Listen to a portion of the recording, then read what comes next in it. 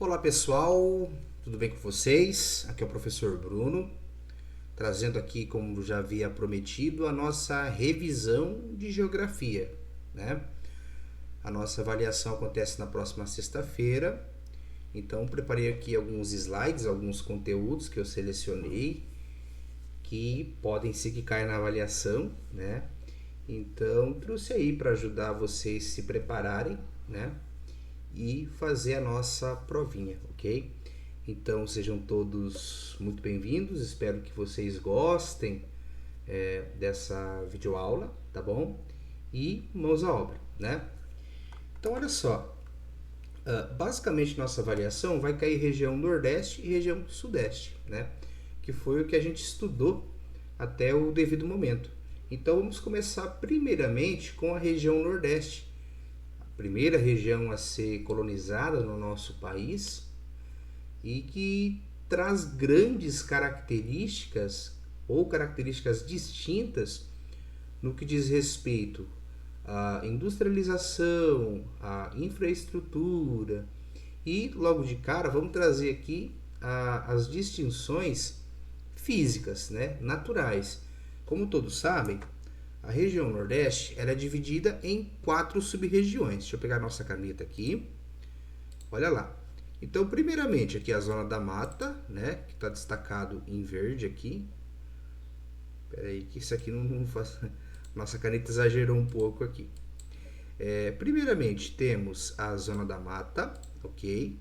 Mais próxima aqui ao litoral, né? Esse verdinho. Depois, o agreste, que é uma transição entre zona da mata e sertão, né? O agreste começa aqui, né? Essa faixa amarela. Depois temos o sertão, que é esse que está enlaranjado. E por último, o meio norte, ok? Então, cada sub-região dessa... Então, a gente tem lá o Brasil.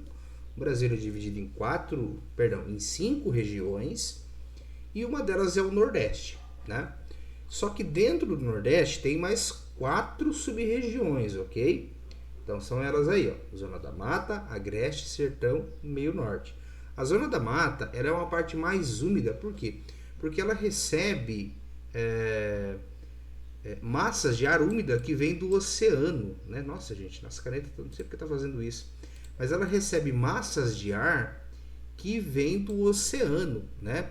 E sem contar que nessa faixa aqui, ó, vou passar a caneta em cima, nessa faixa aqui, assim mais ou menos, tem um relevo, né? Que ele impede com que essas massas de ar cheguem até o sertão, que é essa parte que vocês estão vendo aqui. Portanto, essas massas de ar que vêm em direção aqui ao nosso litoral nordestino é uma massa de ar úmida, certo?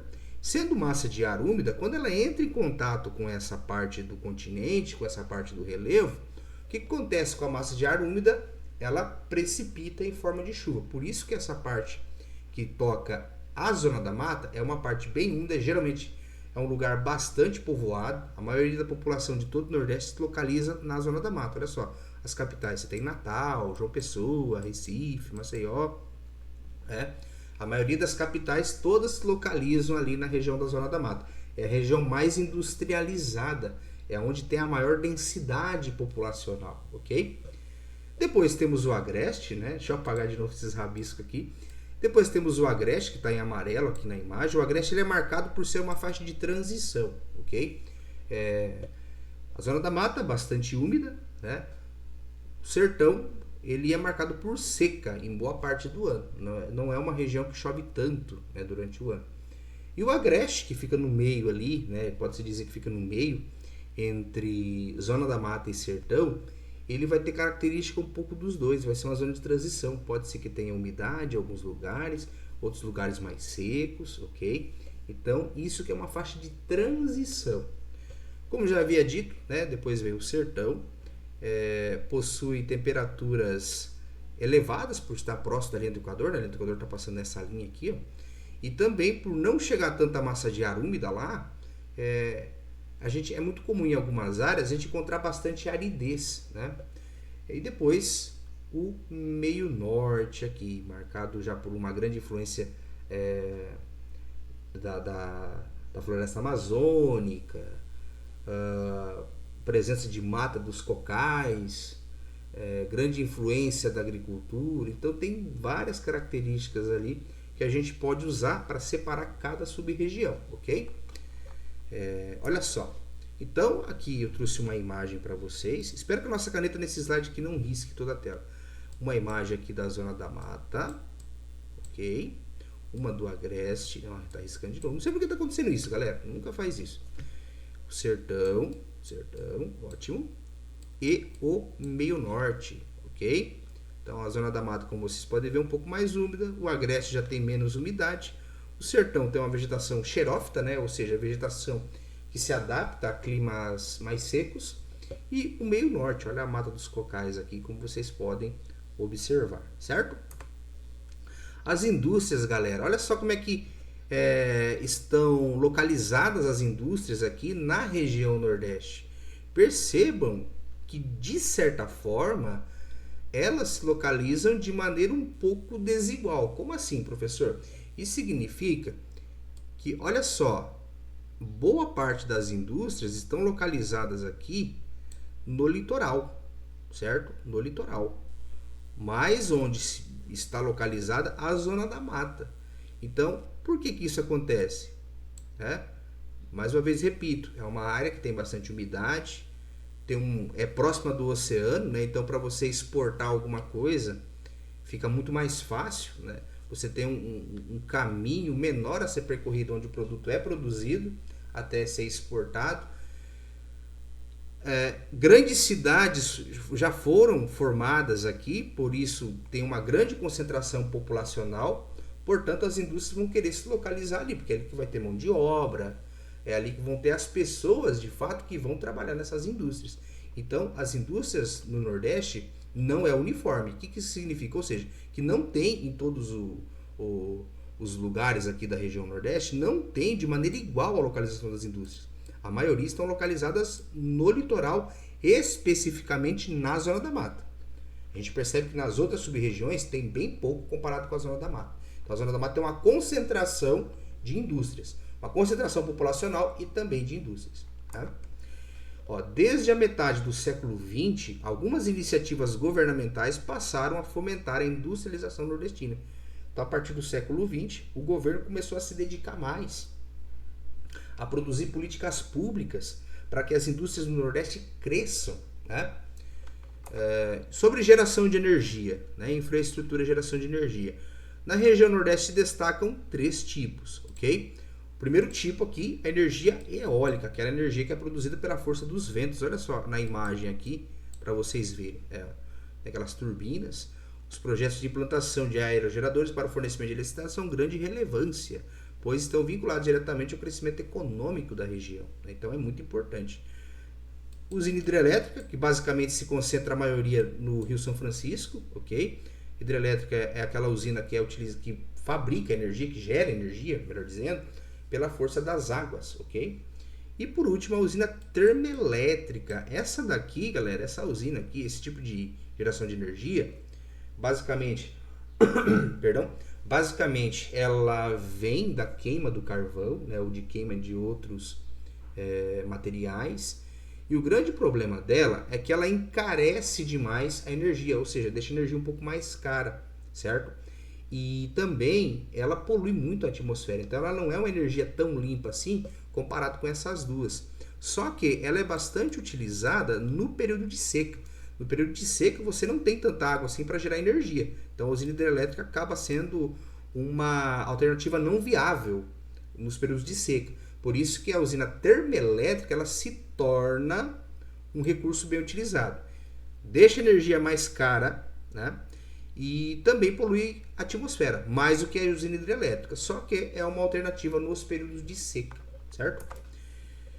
Como riqueza cultural, né? O Nordeste possui grandes atrações artísticas, né? Como o frevo, que vocês estão vendo aqui na primeira imagem, Festival de Maracatu, apresentação do Boi Bumbá, festa junina, que interessante.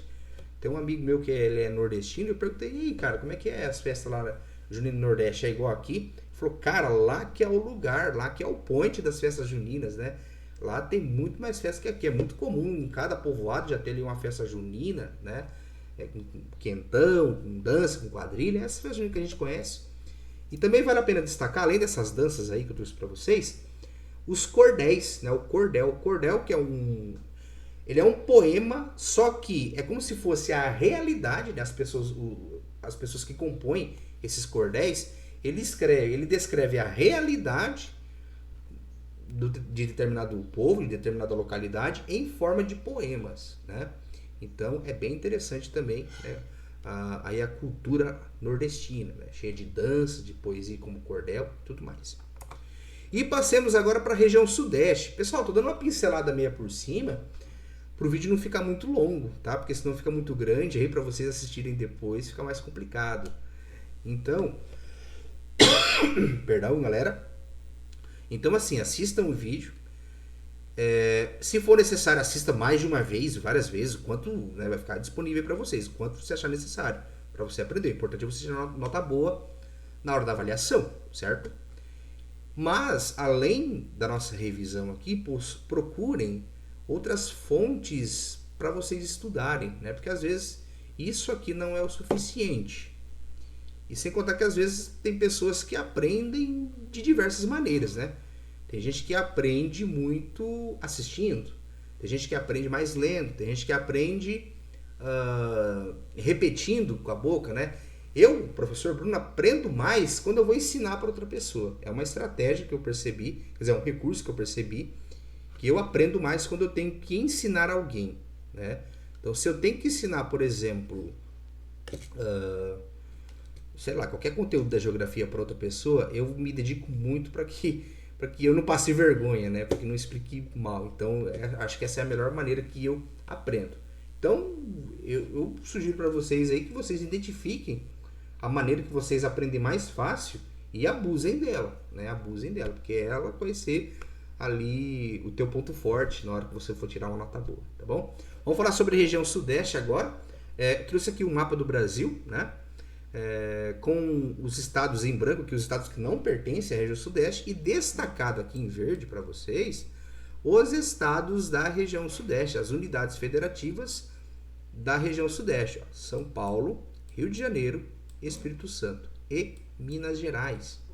Notem que Minas Gerais é o único dos 4 estados que não tem saída para o mar. Olha só, Espírito Santo tem, de novo esse risco, gente, o que está acontecendo? Será que meu computador está estragando? Será? Espírito Santo tem saída para o mar, né? Tem litoral aqui, Oceano Atlântico, Rio de Janeiro e São Paulo. Minas Gerais não tem. Notem essa característica aí. Parece algo assim, à primeira vista, irrelevante, mas, por exemplo, se Rio de Janeiro for precisar extrair petróleo aqui do mar, não tem como, né? Porque não tem território no mar. O mar territorial, ele é muito utilizado para exploração, ele é um recurso muito importante. Se você não tem esse recurso, automaticamente você vai precisar de outros estados para conseguir ter acesso. Por exemplo, se você quer exportar alguma coisa aqui, né, para outro país, ou é de avião, ou você tem que passar por outro estado para você chegar no oceano, né? Então, notem aí logo de cara essa característica da região sudeste. O clima, né? Trazer o clima aqui para vocês da região sudeste, possui 3 tipos de climas maiores ali, né? O subtropical, tropical de altitude. Nota que a maioria, né, ou é uma área tropical de altitude ou tropical. O clima tropical ele vai ser um pouco quente e chove em algumas partes do ano, tá bom? E o tropical de altitude, como é uma parte mais alta, ele vai ser um pouquinho mais frio que o tropical, certo? E uma grande parte aqui no sul de São Paulo, uma pequena parte aqui no sul de São Paulo, tem o clima subtropical, certo? Como que é o clima subtropical, professor? Explica aí pra gente, fazendo um favor. Explico. O clima subtropical, a grande diferença dele pro tropical é que o clima subtropical, geralmente, ele possui 2 períodos bem distintos. Perdão, galera, tá a poeira do milho, né? Os pozinhos do milho tá secando minha garganta. Para quem tem renite é um problema, né? E alergia, então. Voltando aqui, né? O clima subtropical, ele tem 2 períodos no ano, né? 6 meses de um jeito, 6 meses do outro. 6 meses ele vai ser frio, 6 meses ele vai ser quente, ok? Nos períodos que ele é frio, geralmente ele é um pouco mais seco, certo? E no período que ele é mais quente, ele vai ser um pouco mais úmido, um pouco mais chuvoso. Essa é a grande diferença aí pro tropical. Tropical, geralmente, ele possui temperaturas maiores que o subtropical, certo? E chove ali em épocas bem definidas ali durante o ano. Então esses são os 3 climas aí da região sudeste. Desenvolvimento econômico e industrial, né? A liderança econômica política do Brasil. Hoje, a gente fala em região sudeste, não tem como a gente falar que, por exemplo, cidade que nem São Paulo, né? O estado que nem a região metropolitana de São Paulo, é a líder, né, da economia no Brasil. O estado de São Paulo possui o maior PIB do Brasil, né? Hoje, a quantidade de pessoas que moram na cidade específica de São Paulo, a capital, é muito alta, né? É a maior cidade do Brasil, tem uma liderança política, né? Geralmente, os deputados que mais recebem votos no nosso país são os deputados de São Paulo. É o maior colégio eleitoral do Brasil. É uma liderança, com certeza, uma liderança política. Tem várias cadeiras na Câmara dos Deputados, dos senadores, né? Isso devido à grande quantidade de pessoas. E econômica também, como eu havia dito, tem o maior PIB do Brasil, o maior produto interno bruto, né? Se você soma todas as riquezas que o Brasil tem, divide ela por estados ou por regiões, certamente vai estar liderando a região sudeste, né? Eu trouxe uma imagem aqui para representar o bairro do Brás, né? Quem não conhece o Brás, foi lá fazer uma comprinha, só que essa foto aqui é um pouco antiga, né? É uma foto de 1910. Vista panorâmica histórica do histórico bairro, conhecido por abrigar algumas das primeiras indústrias da cidade e grande quantidade de imigrantes, né? Então várias pessoas indo para lá, né? E se eu for perguntar para vocês por que a região sudeste é uma das principais regiões do país, é a líder econômica e política do país, isso se deve a 3 fatores. Primeiro de tudo, a mineração. Estados ali como estados de Minas Gerais, muito rico em minérios preciosos. E isso atrai pessoa. Onde tem pessoa, tem o desenvolvimento. Também a transferência da capital, né? Como todos vocês sabem, a capital do Brasil foi transferida para o Rio de Janeiro lá no passado, né? Entre o século XVIII e o século XIX. E isso, querendo ou não, trouxe uma autonomia política para a região, uma importância política para a região. Depois foi para Brasília, né, para o centro do país, mas nessa época aí a região sudeste era muito importante, né? Ou seja, foi transferida a importância para lá. E também o cultivo do café, que esse para mim é um dos principais, certo? A região sudeste, ela que deslanchou no cultivo do café. O cultivo do café na época era o grande lucro para o país, né? Um país recém-independente, teve na cultura do cultivo do café a sua grande fonte de renda, né?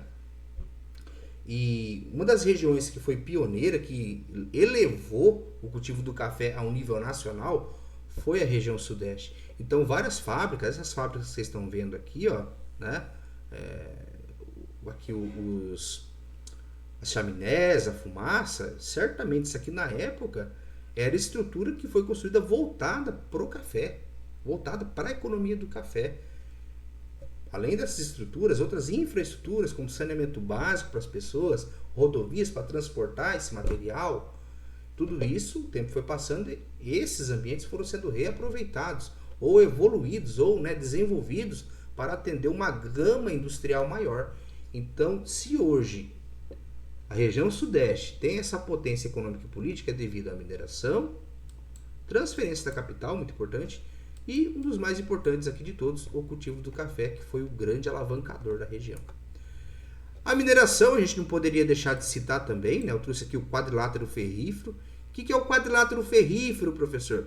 É essa região aqui em Minas Gerais, que ela é muito rica na extração de minérios valiosos, né? O quadrilátero ferrífero é a área do Brasil mais explorada, mais rica em minérios, que dá mais dinheiro de minérios em todo o território nacional, né? Então, esse é o quadrilátero ferrífero.